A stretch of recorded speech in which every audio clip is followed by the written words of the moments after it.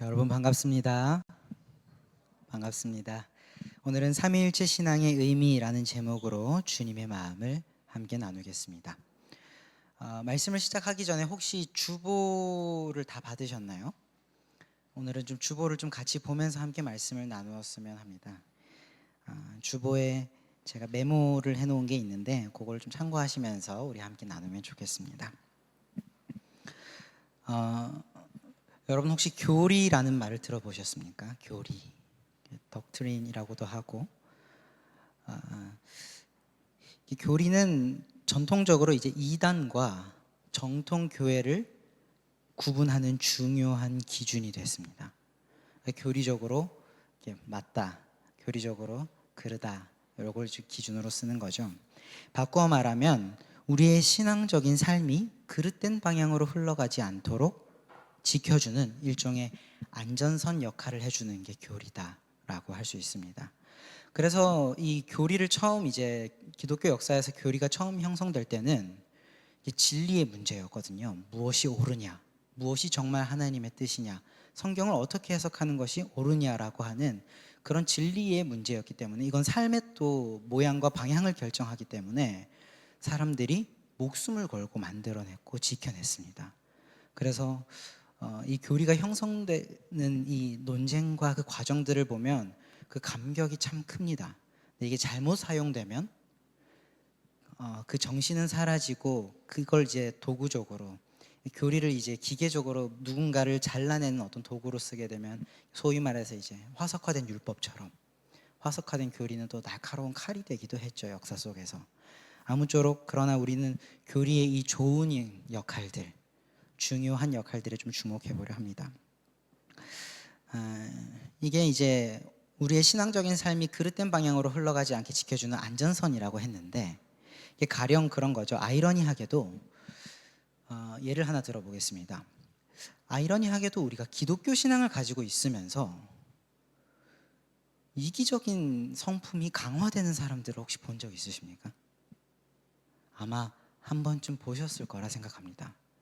또 기독교 신앙을 가지고 있음에도 불구하고 여전히 무례하거나 탐욕적인 모습을 가지고 살아가는 사람들도 있습니다. 심지어 자기들의 행동을 이야기하면서 성경 구절을 이렇게 근거로 대기도 합니다. 잘못 해석한 거겠죠.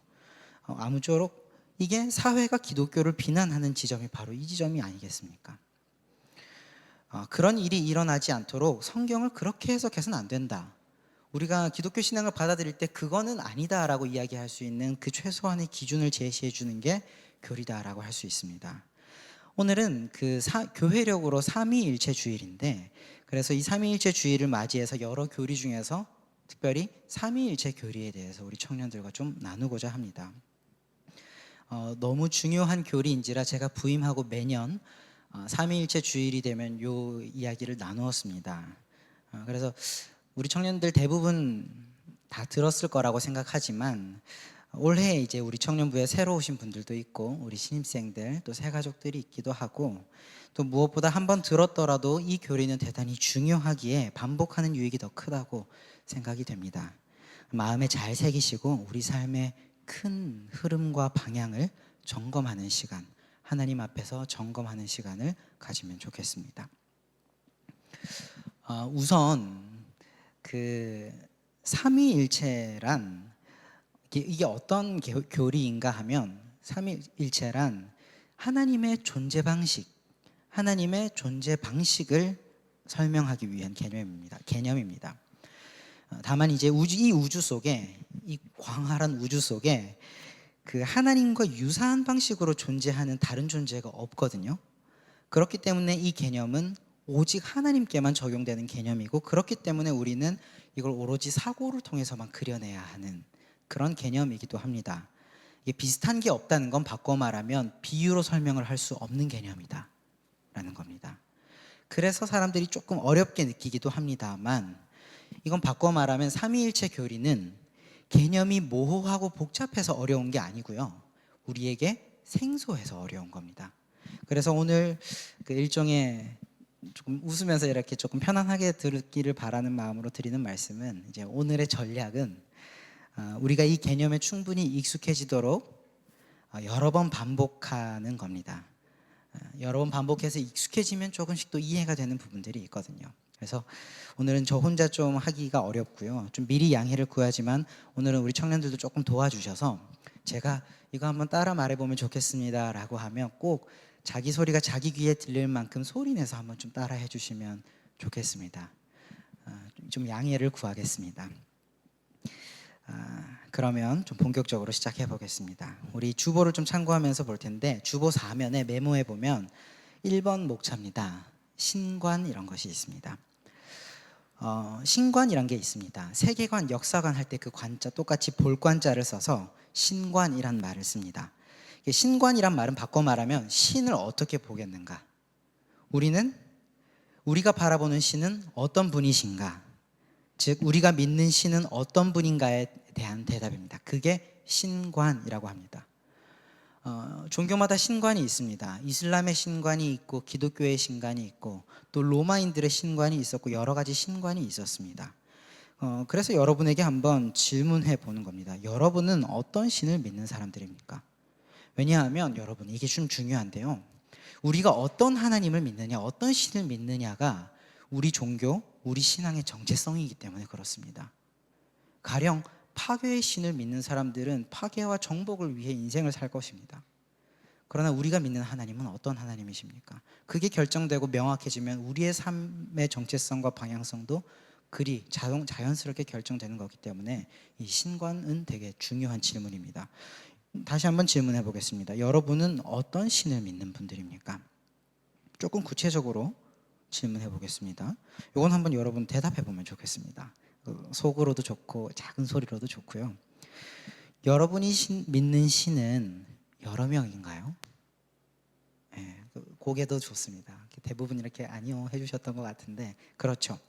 만약에 여러분이 믿는 신은 여러 명인가요? 라고 했을 때 그렇습니다 라고 말한다면 그거는 굳이 분류를 하자면 종교 중에서도 다신교에 해당됩니다. 다신교, 그건 기독교가 아니죠. 다신교의 대표적인 예가 뭐가 있을까요? 꼭 종교가 아니더라도 다신교적 사상을 가지고 살아가는 사람들, 이런 사상이 반영된 어떤 신화들 이런 게 있죠. 딱 떠오르는 게 그리스 로마 신화가 있을 겁니다. 여기는 여러 신들이 등장합니다. 이 신들은 서로 사랑도 하지만 서로 다투기도 하고 전쟁을 일으키기도 하고 싸우기도 하죠. 아무쪼록 이런 신관을 믿는 사람들을 다신관을 가지고 살아가는 사람들이라고 이야기를 합니다. 이건 기독교의 신관이랑은 완전히 다른 신관입니다. 그러면 이렇게 한번 질문해 보겠습니다. 다른 질문인데 여러분이 믿는 신은 그러면 한 분이십니까? 이 질문에는 어떻게 대답하시겠습니까? 여러분이 믿는 신은 한 분이십니까? 누군가 소리내어 대답해 주셨습니다. 반갑습니다. 예스라고 말할 수 있겠지만 이거는 반만 맞고 또 반은 좀 안 틀린 대답이죠.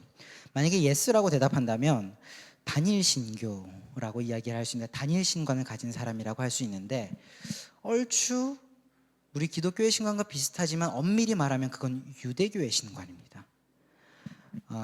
기독교를 설명하기엔 좀 부족한 부분이 있다라는 거죠. 반쪽짜리 정답입니다. 그렇다면 우리의 정확한 대답은 뭐일까요? 여러분 만약에 누군가 여러분이 믿는 신은 세상 사람들이 여러분한테 당신이 믿는 신은 여러 명입니까? 한 명입니까? 어떤 신입니까? 이런 질문을 했을 때 우리가 그 백문일답이라고 그러나요? 이 모든 대답에 정확한 우리의 답변이 하나 있습니다. 그게 뭐냐 하면 우리는 삼위일체 하나님을 믿습니다. 당신이 믿는 신은 어떤 신입니까? 몇 명입니까? 이런 질문을 들었을 때 삼위일체 하나님입니다 라고 대답하는 게 얼핏 들으면 몇 명입니까? 하는데 삼위일체 하나님입니다 라고 대답하니까 동문서답 같지만 너무 정확한 대답입니다. 이게 어떤 이유에서는 그런지 한번 살펴보죠. 근데 이거 한번 연습해 볼까요? 우리 좀 반복하는 게 좋으니까 제가 질문을 3개를 던질 테니 그 질문에 여러분 기계적으로라도 한번 반복해서 대답해 주면 좋겠습니다. 여러분이 하실 대답은 삼위일체 하나님입니다 라는 대답입니다. 우리 소리 내어서 한번 해볼게요. 여러분이 믿는 신은 여러 명입니까? 네, 누군가 그렇게 물어보면 이렇게 대답하시면 됩니다. 이렇게 또 대답해 물어보겠습니다. 그러면 여러분이 믿는 신은 한 명입니까? 네, 이게 동문서답 같은데 이게 정확한 대답입니다. 여러분이 믿는 신은 어떤 분이신가요? 네, 삼위일체 하나님을 믿습니다. 맞습니다. 자, 그런데 이제 이 삼위일체라는 말이 등장했는데 이제 목차 2번입니다. 여러분, 이 삼위일체라는 말이 무슨 말일까요? 말 그대로 풀어서 쓰면 이제 한자어를 제가 한번 삼위일체 한자어인데 이 한자를 그대로 풀어서 말하면 이렇습니다. 석삼, 자리위, 한일, 몸체자를 씁니다. 석삼, 자리위, 한일, 몸체. 그러니까 바꿔 말하면, 이걸 풀어서 말하면 세 개의 자리가 하나의 몸체를 이루고 있다라는 의미거든요. 즉 3이 1이란 이야기인데 이게 조금 이게 논리적으로 수학적으로 평면상에서 보면 모순이죠. 그래서 이 말을 이해하기 위해서 필요한 그 구조, 개념이 있습니다. 한번 따라해 보면 좋겠습니다. 본질과 개성. 이게 관건이거든요. 다시 한번 따라해 보겠습니다. 본질과 개성. 요 두 가지 이 개념의 틀을, 이렇게 본질이란 게 있고 개성이란 게 있다라고 하는 이 그림을 딱 그리고 계셔야 됩니다. 여러분, 본질은 어떤 물체의 근본적인 성질입니다. 본질은 어떤 물체의 근본적인 성질입니다. 그리고 개성은 다른 존재와 구별되는 특징. 사람으로 치면 현우 형제와 이재한 전도사가 구별되는 무언가 특징들이 있을 겁니다. 이름도 다를 거고 성격도 다를 거고, 그걸 개성이라고 그럽니다. 다시 한번, 본질은 어떤 물체의 근본적인 성질이고 개성은 다른 존재와 구별되는 특성입니다. 조금 어려운 말로 이 개성을 바꿔서 말하면 위격, 인격이라고도 합니다. 인격이 다르다라고 이야기하죠. 인격, 위격, 개성, 지금부터는 다 같은 말로 쓸 테니 이렇게 좀 제가 치환해서 쓰더라도 같은 의미로 받아들이시면 됩니다. 본질은 어떤 물체의 근본적인 성질이고 인격은 그 어떤 존재의 특징을 드러내는, 그 다른 존재와 구별하는 특성이라고 생각하시면 됩니다. 이게 관건이거든요. 다시 한번 따라해 보겠습니다. 본질과 인격, 본질과 개성, 요 두 개념을 좀 꼭 머리에 두시고, 그래서 우리가 지금부터 해결해야 될 건 뭐냐 하면 본질과 개성 중에서 무엇이 세 개고 무엇이 한 개인가라는 겁니다. 지금 세 개가 하나라고 했는데 둘 중에 하나는 세 개고 둘 중에 하나는 한 개거든요. 그래서 이게 그걸 무엇인지 좀 살펴보려고 합니다. 우리 세 번째 목차 이제 볼 건데, 먼저 삼위에 대해서 한번 설명을 해보겠습니다. 결론부터 이야기하면 세 개가 하나라고 했을 때 이 세 개인 것은 개성입니다. 하나님의 개성, 그 인격이 세 개입니다. 이렇게 한번 따라 해보겠습니다. 성부, 성자, 성령. 성부, 성자, 성령. 순서를 좀 바꿔볼까요? 성자, 성부, 성령. 이번엔 성령, 성자, 성부. 요거는 순서는 무관합니다. 막 그 앞뒤가 다 바뀌어도 괜찮습니다. 근데 세 개의 이름이 있다는 건 꼭 기억하면 좋겠습니다. 이게 무슨 말인지는 아시죠? 거룩한 아버지, 거룩한 아들, 거룩한 영. 이걸 우리가 성부, 성자, 성령이라고 부르죠. 삼위일체에서 이 삼위라고 할 때 위는 자리를 뜻합니다. 그러니까 우리가 소위 위치하거나 왕위 할 때 그 사용하는 그 위자입니다. 말하자면 세 개의 자리에 앉아 계신 하나님이 있다라는 걸 우리가 먼저 딱 캐치를 해야 됩니다. 즉 세 개의 다른 위치에 존재하시는 하나님이 계신다라는 거거든요. 자리, 위치가 다르다는 말은요, 너의 자리와 나의 자리가 구분되어져 있다, 다르다라는 거는요, 나랑 저 사람이랑 분명히 구별되는 인격체, 나랑 저 사람이랑 자리가 다르다는 건 저 사람이랑 나랑 분명히 구별되는 인격체라는 거를 의미합니다. 한 자리에 앉아서 이 인격 나왔다가 저 인격 나왔다가 하는 그 다중인격체가 아니라는 이야기입니다. 바꾸어 말하면 삼위의 하나님, 삼위의 하나님이라는 말은 세 가지 각기 다른 개성을 가진 하나님이 계신다라는 겁니다. 세 가지 각기 다른 개성을 가진 세 분의 하나님이 계신다라는 겁니다. 그래서 세 가지 각기 다른 인격을 가진 하나님이 계신다, 서로 다른 인격을 가진 세 분의 하나님이 계신다, 이게 다 같은 말입니다. 우리가 이걸 먼저 딱 기억해야 됩니다. 세 개의 인격, 각기 다른 인격을 가진 세 분의 하나님이 계신다, 이거 기억해 주면 좋겠습니다. 그 세 분의 하나님을 편의상 우리는 이렇게 이름 지어 부르는 거죠. 성부, 성자, 성령. 성부, 성자, 성령. 서로 다른 인격을 가진 세 분의 하나님이 계신다. 이게 첫 번째입니다. 지금 계속 반복하는 게 우리가 좀 딱 새기고 들어가야 되거든요. 한번 따라 해보겠습니다. 서로 다른 인격을 가진 세 분의 하나님이 계신다. 서로 다른 인격을 가진 세 분의 하나님이 계신다. 네, 이게 첫 번째입니다. 이게 우리가 삼위일체 하나님을 이해하기 위한 첫 번째 전제입니다. 근데 이게 우리가 막 임의로 말하고 그냥 철학자들이 막 논리적으로 현학적으로 만들어낸 말이면 안 되잖아요. 그래서 성경적 근거를 좀 보려고 합니다. 우리 마태복음 3장 16과 17절을 읽어볼 텐데 제가 색깔을 바꿔놓은 게 있거든요. 여기에 주목하셔서 제가 읽는 걸 한번 따라와 주시면 좋겠습니다. 예수께서 성자께서 성령을 받으시고 곧 물에서 올라오실새 하늘이 열렸다. 하나님의 성령께서 비둘기같이 내려 예수님 위에 임하심을 보시더니 하늘로부터 소리가 있어 이르되 이는 내 사랑하는 아들이요 내 기뻐하는 자라 하시니라. 예수님이 계시고 그 위에 성령이 임하셨는데 하늘에서 소리가 들렸습니다. 그러면 이 소리는 성령의 소리입니까? 성자의 소리입니까? 둘 다 아니죠. 이 소리가 성부의 음성입니다. 하나님 아버지의 음성인 거죠. 말하자면 지금 한 공간, 같은 시간에 세 분의 하나님이 동시에 존재하시는 겁니다. 같은 시간, 같은 공간에 동시에 세 분의 하나님이 구별된 존재로 존재하시는 겁니다. 성경이 이렇게 증언하는 겁니다. 하나님의 그 존재하시는 방식을. 다시 한번 질문해 보겠습니다. 본질과 개성 중에 세 개인 게 뭐라고 했죠? 개성, 맞습니다. 인격이 세 개라고 했습니다. 그러면 이제 한번 물어보겠습니다. 하나인 건 뭘까요?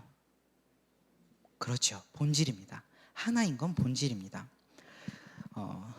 이 하나의 본질이 하나라는 걸 설명할 건데 이제 목차 네 번째로 넘어갈 건데 이렇게 한번 따라 해보겠습니다. 동일 본질.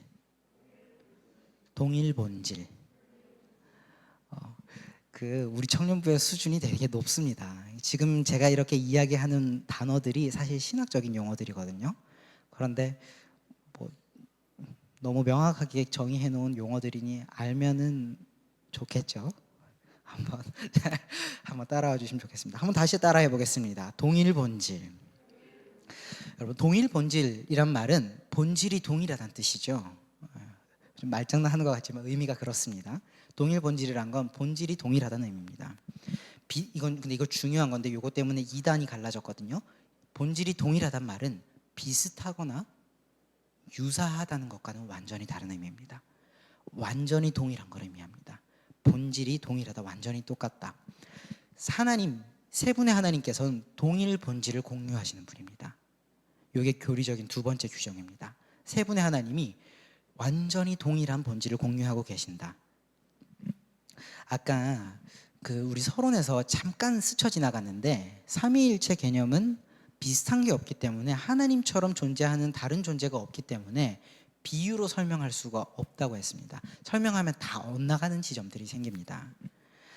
그렇지만 그럼에도 불구하고 이게 빗대어서 설명하는 게 없으면 그 사람의 인지가 확 떨어지거든요. 그래서 우리가 최소한 문제가 제일 적고 그나마 가장 정확한 이해에 근접한 비유를 하나 들 건데 이 비유의 한계를 하나 지적하고 나면 얼추 비슷해지거든요, 이해가. 그래서 일단은 간단한 예를 하나 들어서 이 동일 본질이란 거를 조금 설명해 보겠습니다. 우리 임원들 참 많이 고생하는데 제가 잠깐 우리 임원 막내 라인 2명만 소환하겠습니다. 우리 성훈이와 하영이가 있습니다. 성훈이와 하영이 그리고 지한이는 엄밀히 말해서 엄연히 다른 사람입니다. 그렇죠? 다른 사람입니다. 이름도 다르고 생긴 것도 다르고 성격도 다르고 아마 가치관도 조금은 다를 겁니다. 이 다른 점들을 보고 우리는 그 사람의 개성이다라고 이야기하고 이 개성들을 총체적으로 이끌어서 그 사람의 인격이다라고 이야기합니다. 인격이 명확히 구분되어 있습니다. 하영이와 성훈이와 지한은 인격이 구분되어 있습니다. 그런데 이 세 명이 동일한 게 하나 있죠. 공통점이 하나 있습니다.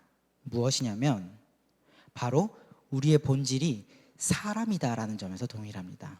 저는 사람입니다. 놀라셨죠? 네, 저는 사람입니다. 하영이도 사람이고 성훈이도 사람입니다.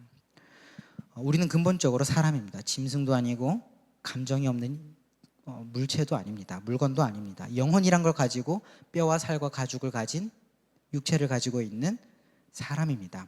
이 점에서 이렇게 말할 수 있습니다. 우리 이 세 명의 관계를 이렇게 말할 수 있습니다.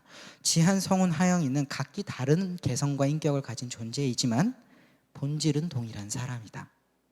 이렇게 이야기를 할 수 있습니다.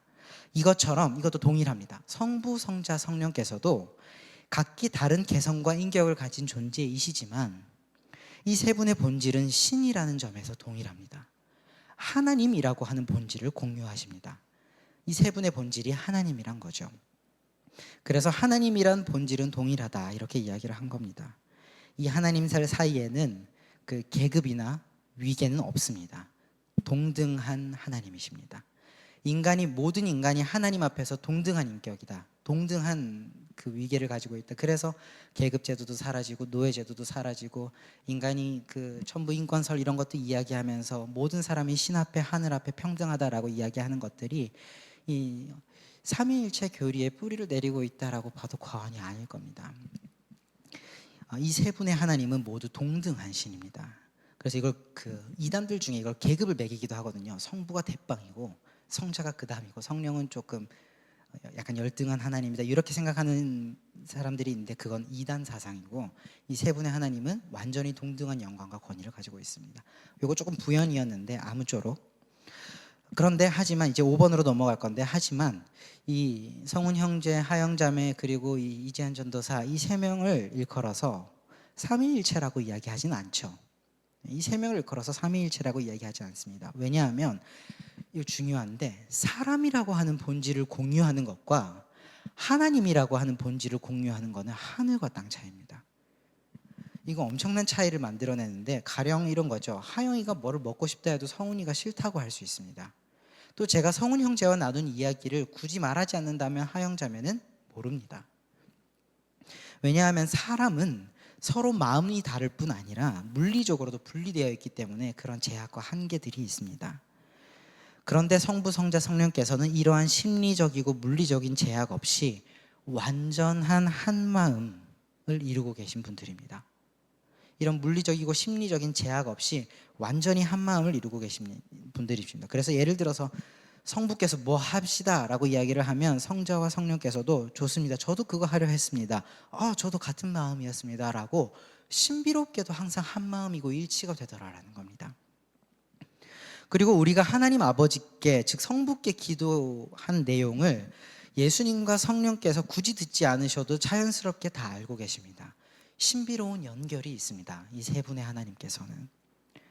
그리고 예수님께서 우리에게 하신 말씀 역시 예수님께서 굳이 성부와 성령께 굳이 소리내어 막 말하지 않는다 하실지라도 이미 다 공유가 되고 있는 상황이다라는 거죠. 굳이 비유해서 말하자면 그런 겁니다. 이렇게 시간과 공간까지 초월하여서 모든 걸 공유하시고 신비로울 정도로 완전한 한 마음의 상태, 신비로울 정도로 완전하고 온전히 한 마음을 이루고 있는 상태, 이걸 조금 어려운 말로 서로 안에 계신다, 서로 안에 존재하신다라고 해서 상호내재 혹은 상호내주라고 합니다. 근데 이 개념을 조금 구체적으로 알고 싶으신 분들은 주보 3면에 제가 스크립 해놓은 게 있습니다. 그걸 나중에 셀 모임 하실 때 한번 읽어보시면 좋을 것 같습니다. 아무쪼록 여러분 이 말을 조금 쉽게 설명하면 삼위일체 하나님은 이 세상에서는 존재하지 않는 완전한 공동체라고 보시면 됩니다. 이 세상에서는 눈 씻고 찾아볼 수 없는, 그리고 이 역사가 조금 발전한다 하더라도 만들어질 수 없는 완전한 공동체시다. 하나님 공동체, 유일한 하나님 공동체로 이루고 계신다라고 우리가 이해를 하면 됩니다. 그래서 성경이 하나님 유일하시다고 말하는데 우리 신명기 6장 4절을 제가 한번 읽어보겠습니다. 이스라엘아 들으라, 우리 하나님 여호와는 오직 유일한 여호와시니 유일한 여호와시니 라고 이야기를 합니다. 하나님이 유일하시다라는 말은 그래서 단일 신관을 이야기하는 이야기가 아니라 최소한 우리 기독교의 입장에서 이 말씀을 해석할 때는 단일 신관을 이야기하는 구절이 아니라 이 삼위일체 하나님의 공동체가 하나님 공동체가 유일하다라고 받아들이는 게 적절한 해석입니다. 바꿔 말하면 성부, 성자, 성령 이 세트는 온 우주에서 유일무이하다, 유일하다 이렇게 이해를 하는 겁니다. 이제 삼위일체 신앙의 의미 마지막 목차를 조금 보려고 하는데, 아무리 좋은 교리여도 우리에게 아무런 의미를 주지 못한다면, 나랑 상관없다면, 내 생활에 아무런 상관이 없다면 그거는 화석화된 교리입니다. 아무런 유익이 없습니다. 생명력이 없죠. 그렇기 때문에 우리는 이 중요한 기준과 교리를 우리가 나누었으니 이 교리가 그렇다면 우리에게 어떤 의미를 가지느냐를 반드시 점검하고 넘어가야 됩니다. 지금까지 이야기를 요약하면 이렇습니다. 세 분의 다른 개성, 다른 인격을 가진 하나님께서 하나의 온전한 공동체로 존재하신다라는 겁니다. 한마디로 이야기하면 그게 삼위일체 개념의 핵심입니다. 세 분의 다른 인격을 가지신 하나님께서 온전한 하나의 공동체를 이루고 계신다라는 겁니다. 이렇게 존재하시는 하나님이, 이렇게 일하시는 하나님이 바로 삼위일체 하나님이다라는 거죠. 이 같은 하나님 공동체가 살아가는 그러니까 이러한 하나님의 이러한 그 하나님 공동체가 우리가 사람이 살아가는 세상의 그 오리지널 모델입니다. 원 모델입니다. 성경이 어떻게 이야기를 하는지 창세기 1장 26절을 한번 보겠습니다. 하나님께서 창조하시던 날의 이야기를 소개하는데 이렇게 이야기합니다. 하나님께서 사람을 창조하실 때 우리의 형상을 따라 우리의 모양대로 우리가 사람을 만들자. 내가 나의 형상을 따라 내 모양대로 사람을 만들겠다라고 하지 않으시고 우리의 형상을 따라, 복수죠. 우리의 형상을 따라 우리의 모양대로 우리가 사람을 만들자라고 말씀하셨습니다. 이렇게 말씀하신 까닭은 성부, 성자, 성령께서 서로 사랑하시고, 성부, 성자, 성령께서 이 세 분의 하나님께서 서로 사랑하시고 한 마음으로 일하시듯 사람이라고 하는 존재들도 그렇게 살아가게끔 창조하셨다.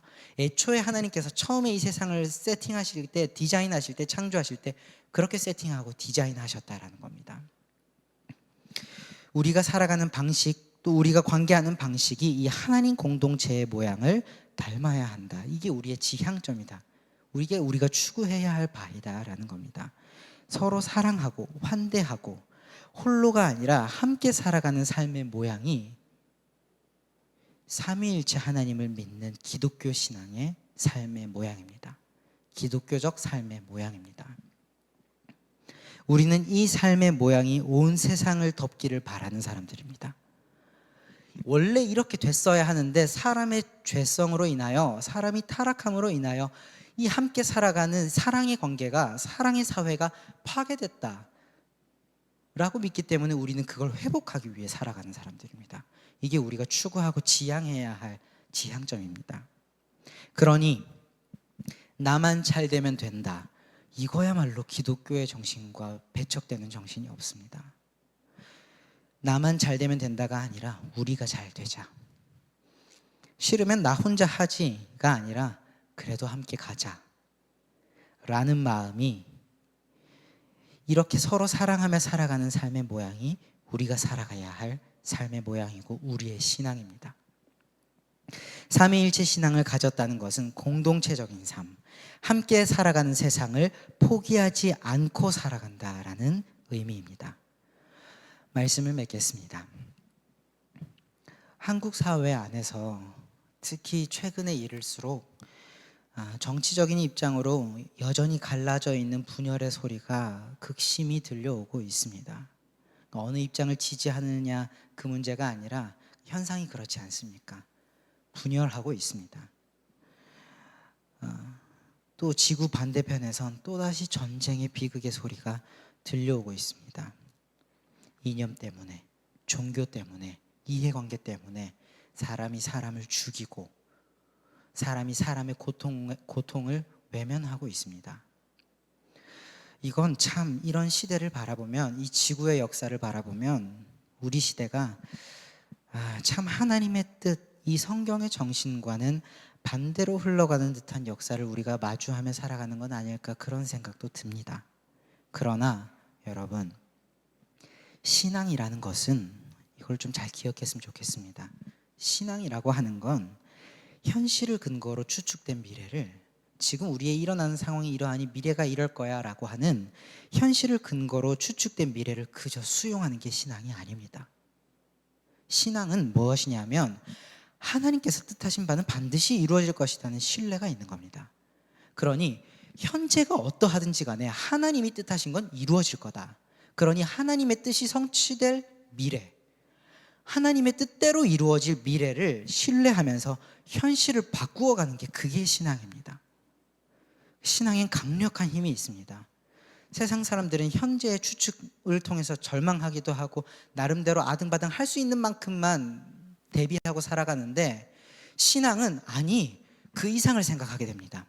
하나님께서 약속하셨으니, 하나님께서 삼위일체 하나님께서 계시해 주신 것과 같은 사랑과 연합과 환대와 일치의 사회를 하나님께서 계시해 주셨으니, 그것이 하나님의 뜻이라고 말씀하셨으니 이 세상의 이 역사가 그렇게 흘러갈 것이다라는 걸 믿고 그게 이루어지도록 내 생명이 소실되는 한이 있더라도, 내가 십자가의 희생을 감당하는 한이 있더라도 그 하나님의 뜻을 이 역사 가운데, 이 땅 가운데 이루며 살게노라라고 이 세상과 싸우는, 그것이 신앙의 힘입니다. 그것이 기독교 정신입니다. 개신교 정신, 우리가 프로테스탄트라고 이야기하는 이 개신교의 정신이 그것에서 있습니다. 예언자 정신이란 게 그것에 있습니다. 하나님의 뜻과 그릇 흐르고 있는 세상과 싸워서 하나님의 뜻을 구현하겠노라라고 하는 멋진 신앙의 정신이 우리 신앙의 선조들로부터 우리에게 흘러오고 있습니다. 우리 시대 속에서 생명과 사랑, 일치와 평화라는 하나님의 뜻은 분명합니다. 성령의 9가지 열매를 이야기하는 것처럼, 바울이 이야기했던 것처럼 이 같은 정신과 이 같은 법을 금지할 법이 없을 거라고 합니다. 하나님께서 우리에게 보여주신 이 근본적인 정신과 뜻은 분명합니다. 그 뜻이 세상에 이루어지도록 기도와 실천을 멈추지 않는 것이 우리들의 역할입니다. 그게 하늘의 뜻이 이 땅 가운데 이루어지기를 원합니다라고 매주 기도하고 매일 기도하는 주님께서 가르쳐 주신 그 기도의 의미입니다. 우리가 그 기도로, 그 정신으로 이 세상을 하나님의 나라로 세워가는 청년들이 되기 원합니다. 그렇게 살아갈 때 하나님께서 내 사랑하는 자녀들아, 너희가 진실로 나의 아들과 딸이구나, 너희가 진실로 나를 닮은 나의 아들과 딸이구나 라고 마지막 날에 기쁨의 평가를 여러분에게 남겨주시리라 확신합니다. 기도하겠습니다. 하나님 아버지, 오늘도 성령 하나님을 통해 우리 마음에 감동을 주시고 말씀을 깨닫게 해주시니 참 감사합니다. 저희도 삼위일체 하나님께서 서로 사랑하시며 살아가시듯 형제와 이웃을 사랑하며 살아가게 하시고 함께라는 마음가짐을 품고 살아가게 해 주시옵소서. 성자 하나님이신 예수 그리스도의 이름으로 간절히 기도합니다.